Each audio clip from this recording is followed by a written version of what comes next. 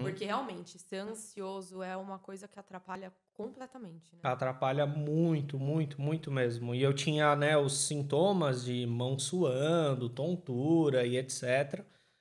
E eu acho até legal, assim, hoje na internet, né, nós temos as nossas referências, eu acho que são até parecidas, a Lara, o Ícaro, só que eu fico até me policiando, porque assim, o conteúdo deles é sensacional, a filosofia de vida dos dois é sensacional, mas eu fico me policiando para não tentar ser eles, entendeu? Porque senão a gente começa a perder identidade.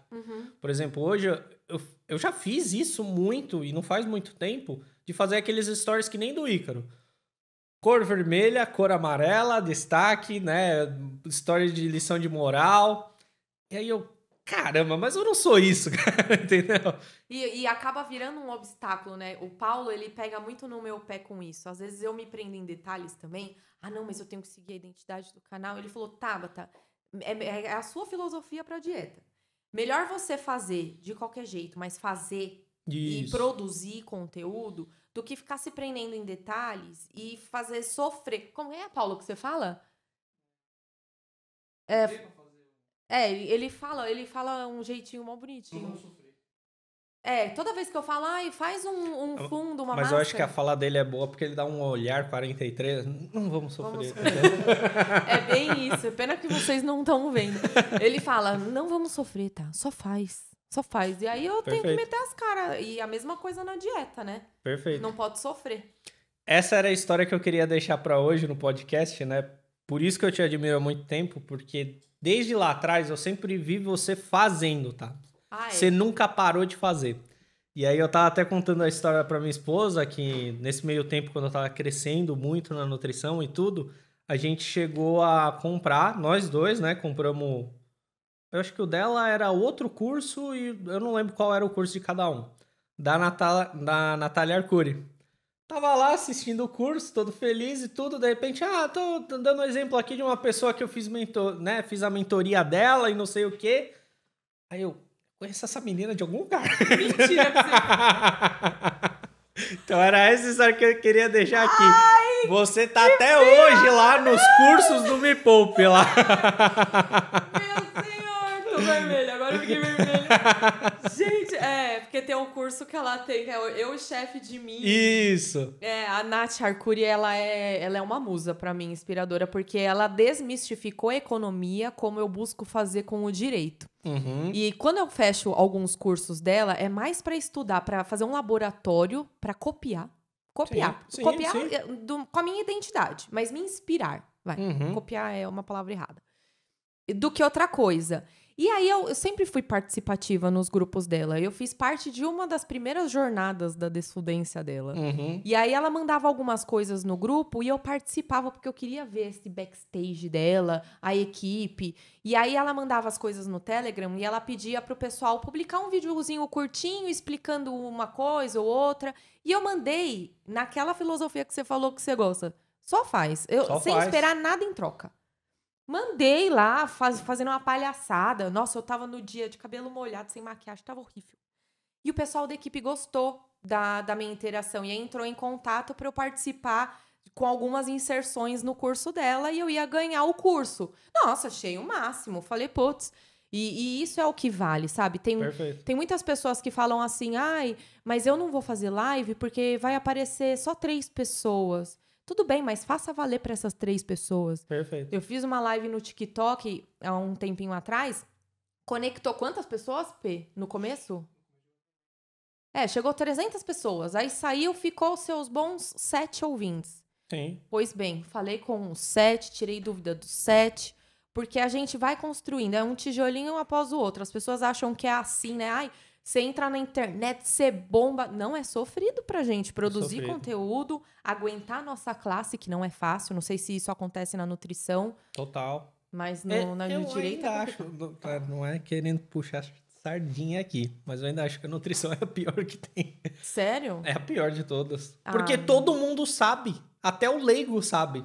O que eu acho legal no direito é que dificilmente o leigo vai tentar mostrar, não, o que você tá falando tá errado. Tá. Mas Mas aí tem uma coisa que não é uma profissão, mas é uma função na minha vida, que é o estudante de direito, que acha que sabe tudo. Concordo, mas não é um nicho? Meu, esse estudante é o pior hater que tem, porque como no direito tudo depende, Del, às vezes eu falo uma coisa superficial, que é para os leigos entenderem que aquilo acontece, e não dá para em 1 minuto de um Reels do Instagram explicar toda a profundidade do tema, dá só para pincelar.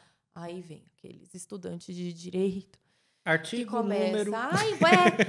segundo o artigo tal, ou então, não, você não pode generalizar, porque depende.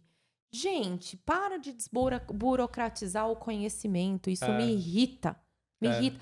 Você quer criticar? Então faça melhor, explique em 1 minuto o que você quer que eu explique. Sim. Aí eu vou pedir desculpas em público, como aconteceu quando eu falei casa germinada. Eu fui explicar, gente, isso daí bombou.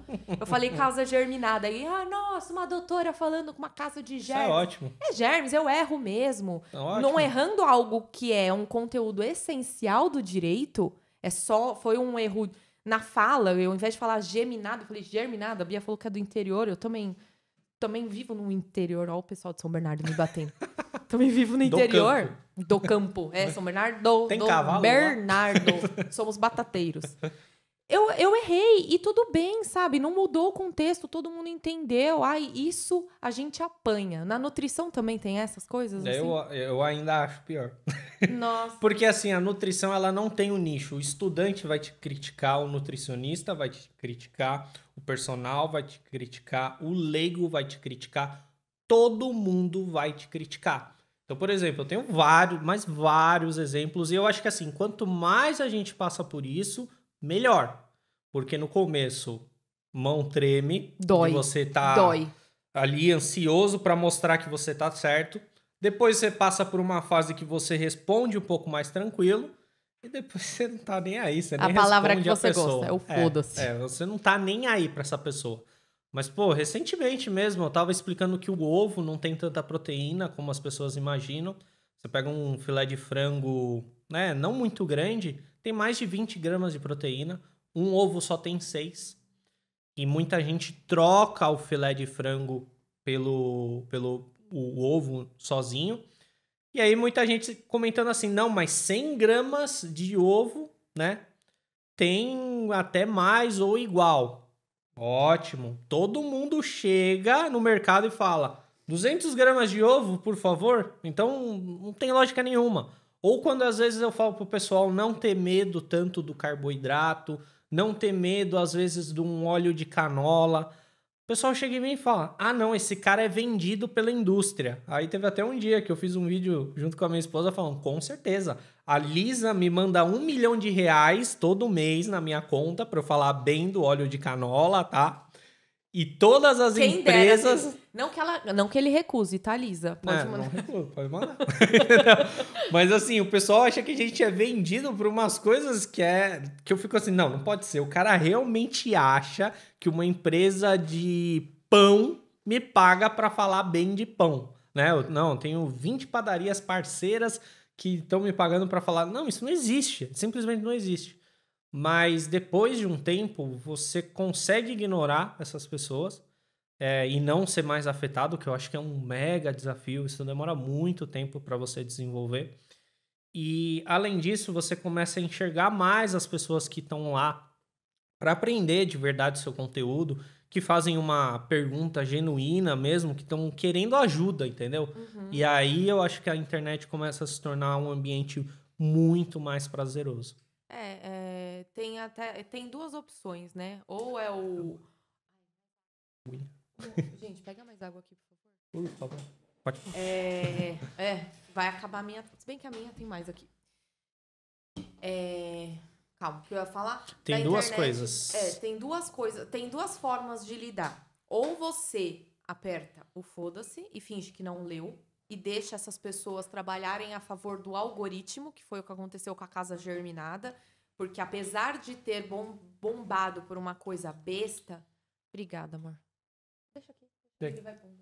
Obrigado. Apesar de ter bombado por uma coisa besta e teve muita gente lá me corrigindo, distribuiu. Eu alcancei. As pessoas viram os outros vídeos de utilidade e pronto. Não que eu tenha feito de propósito, muito pelo contrário. Tremi no começo e etc. E tem o segundo caminho, que é o caminho que a Nesteruk adota. Ela bloqueia. Pra ela, hater, porque ela fala, as minhas outras redes sociais é como se fosse minha casa. Você deixa alguém entrar na sua casa e te xingar ou quebrar alguma coisa? Não deixa. Então ela também não deixa. Você entra lá pra criticar, é bloque. Ela não precisa de você. E de fato, realmente, assim, tudo é uma questão de filosofia. Eu só não bloqueio porque a gente, graças a Deus, não tem tempo pra ficar olhando nesses pormenores. Mas, Del, isso não precisa ser só estudante de direito. Eu enfrento coisas bem mais profundas. Por exemplo, tem um vídeo que a gente colocou no YouTube sobre pedofilia. E aí veio um seguidor comentar que pedofilia é uma patologia. O pedófilo é um coitado, que ele não deveria ser penalizado e sim tratado. Como lidar com esse tipo de seguidor, entende? Porque mistura muito a questão moral da questão de legislação, ou muitas vezes eu replico no vídeo algo que a lei ou os juízes entendem que não é a minha opinião pessoal, e por um outro lado acaba... tem gente que acaba desviando, mas isso sempre vai ter. E se a gente usasse isso como uma desculpa para nós mesmos de autossabotagem e parar de produzir, é que nem você falou, é castigar aqueles que fazem por merecer, que fazem valer. E eu acho até interessante você falar sobre esse assunto, porque assim, eu acho que... Aí eu concordo, a sua área é muito mais difícil que a minha. Eu ia falar, eu concordo, pedofilia é uma patologia. Eu ia falar, corta, acabou, muito obrigada pela participação. Por favor, me bloqueiem tudo, entendeu? Não, tá ótimo, acabou aqui. Não. Eu concordo que, assim, a sua área, nesse ponto, é muito mais difícil que a nutrição, porque eu tenho o direito de só falar sobre nutrição. Eu não preciso falar de polêmicas, que foram coisas, assim... Às vezes a gente segue, né, que nem tanto a Lara quanto o Ícaro, que tem opiniões fortes, e eu, pelo menos, achava que eu tinha que ter opinião forte sobre tudo na rede social. E hoje eu descobri que não, entendeu? Hoje eu sei que eu falo do que eu quero, da mesma forma que você falou da rede social ser a nossa casa, né? E no seu caso, não. Você também tem que falar disso, porque faz parte da área de direito, né? Então, no passado, eu cheguei a falar um pouquinho de alguns assuntos polêmicos e tudo, e eu percebi, não, tô fora, porque não é o que eu quero também, entendeu? E aí eu concordo com você. É muito mais difícil mesmo seguir por esse caminho, entendeu? E como que você tá distribuindo o seu tempo hoje, Del? Assim, se tem um nutricionista te ouvindo e ele tá querendo ir para esse mundo digital, o que você aconselha? Como que você distribui seu tempo? No que isso trabalha a favor ou contra?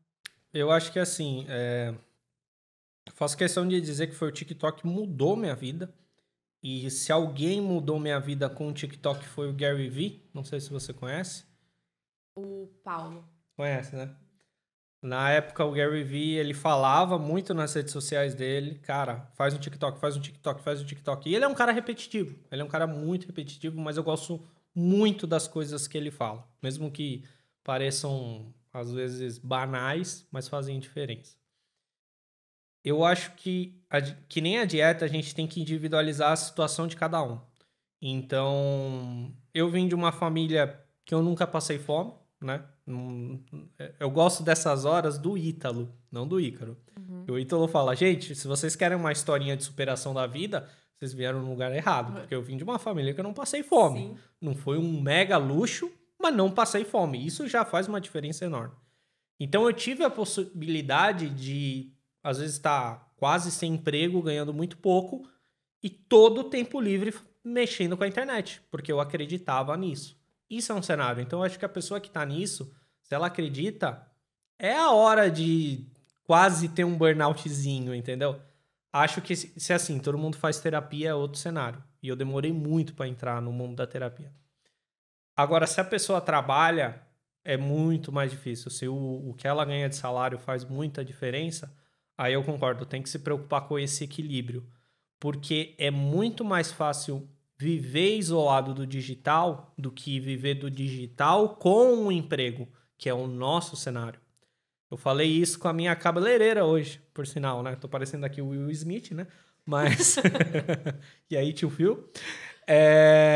Mas a gente tava... Só um pouquinho diferente. Mas a gente... É muita luz. É muita luz. Comer besta. Mas eu até falei pra ela, eu corto cabelo também, entendeu? Como nutricionista. Você também corta o cabelo, porque você tem o seu trabalho. Agora, se algum dia a gente puder viver só do digital, não precisando mais cortar o cabelo, é outro cenário. É muito mais fácil de controlar, não entrar em burnout e etc.